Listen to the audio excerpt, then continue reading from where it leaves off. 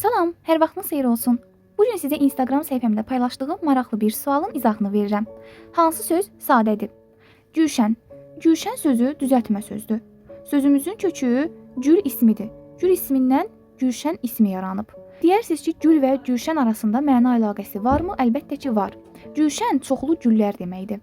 Yəni bir növ Gülüstan, güllər, gülzar və s. kimi mənaları ifadə eləyir.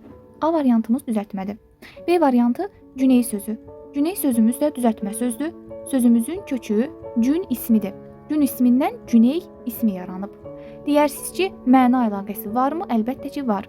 Güney gün düşən yer deməkdir. Buna görə də B variantımızda düzəltmə olur.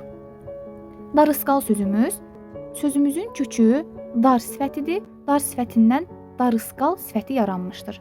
Isqal qeyri-məhsuldar şəkilçidir və dilimizdə çox az sözlərdə iştirak edir. D variantımızda düzəltmə oldu və C variantımıza diqqət eləyək. Qızarmaq sözü. Qızarmaq sözümüzün kökü qızar feilidir və qızar feili də təbii ki, sadədir. Maq isə qrammatik şəkilçimizdir.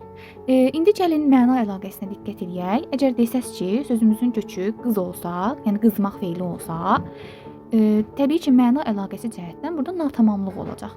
Yəni hər bir qızan cisim və yaxud da maddə qızarmır. Biz müəyyən maddə və yaxud da cisimləri nümunə olaraq göstərə bilərik. Amma yəni bunlar sadəcə olaraq bir qismidir. Biz bütün hər şey qızanda qızarırmı? Bu cəhətdən yanaşmalıyıq. Əlbəttə ki, qızarmır. Və bunun üçün də qızarmaq sözümüz sadə olur. Video sizin üçün faydalı oldusa, bəyənməyi, həmçinin Instagram səhifəmi izləməyi unutmayın.